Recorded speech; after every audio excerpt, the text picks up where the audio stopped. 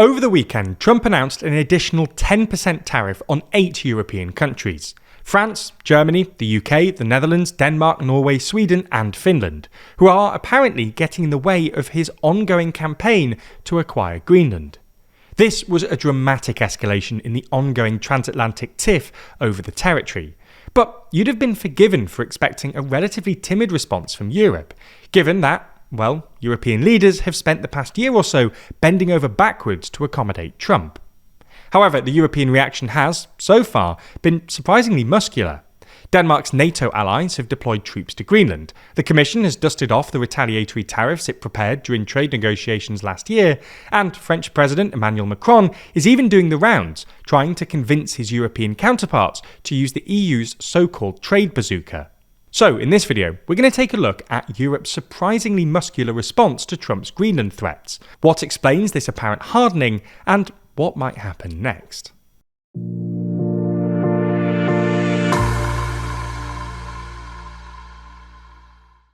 If you love staying informed and want some of the best reporting on YouTube, then subscribe and ring the bell for more. So let's get straight into it. As we see it, Europe has done, or is in the process of doing, 4 things in reaction to Trump's renewed assault on Greenland. The first is deploying troops. For context, last week, 7 European countries, the same 7 that Trump tariffed minus Denmark, deployed troops to Greenland, and Denmark promised to expand its military footprint on the territory in the future. The numbers involved were small, and the deployment was framed as a way of addressing Trump's stated concerns about Greenland's security rather than as an anti-American deterrence force. Nonetheless, it didn't go down well with Trump, who took to Truth Social to warn that these countries were playing a very dangerous game.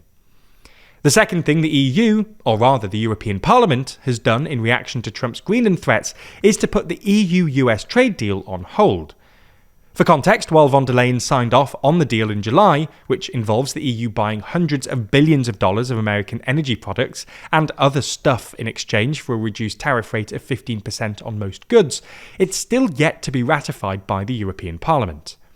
Even before this whole Greenland debacle, 3 of the 4 parliamentary groups in von der Leyen's coalition, namely the centre-left Socialists and Democrats, centrist Renew and left-wing Greens, were expressing some hesitation, both because, well, it's a pretty rubbish deal, and because they wanted to withhold its ratification to give the EU some leverage over Trump.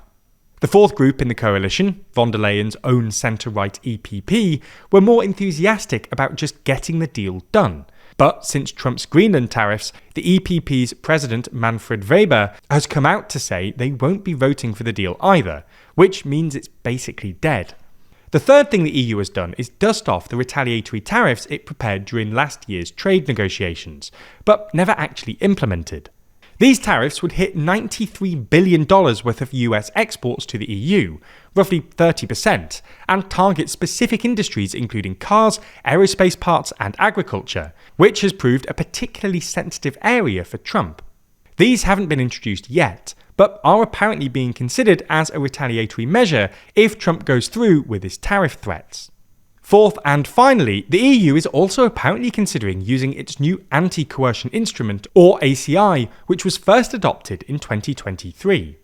The ACI is explicitly designed to retaliate against other countries that use their markets as a tool for geopolitical blackmail, and widely considered the EU's most potent economic weapon, hence why it's sometimes nicknamed the trade bazooka.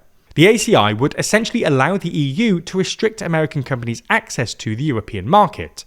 But unlike retaliatory tariffs, which would be focused on goods exports, the ACI would be more focused on US service exports to the EU. This would probably do more damage to the US economy, given service exporters would have a harder time finding new markets to replace the EU. So you get the idea. The EU looks like it's finally taking a tougher stance against Trump. So, what explains this? Well, some of it's just because Trump's demands regarding Greenland are so egregious. He wants to annex a territory that clearly doesn't want to be part of the US, and is threatening military force to do so.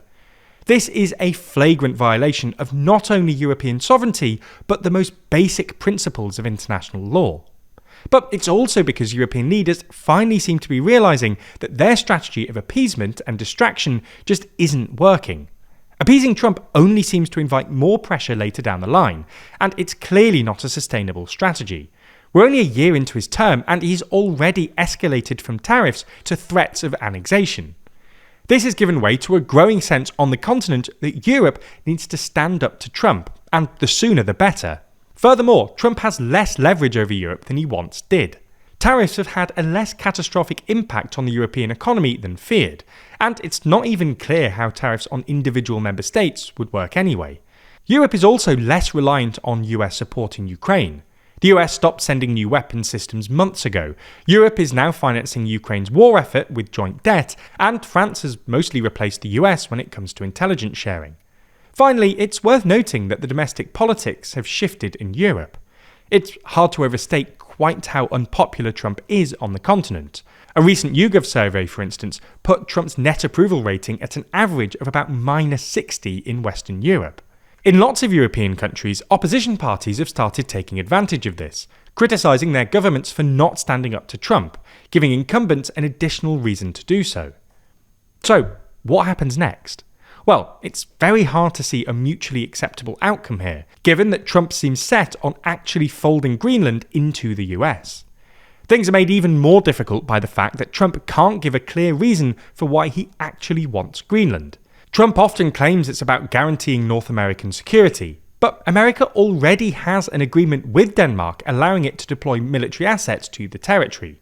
When pressed by the New York Times on why the US couldn't just expand its military presence in Greenland, Trump couldn't come up with a concrete reason, saying, quote, "Ownership is psychologically needed for success. It gives you things and elements that you can't get from just signing a document."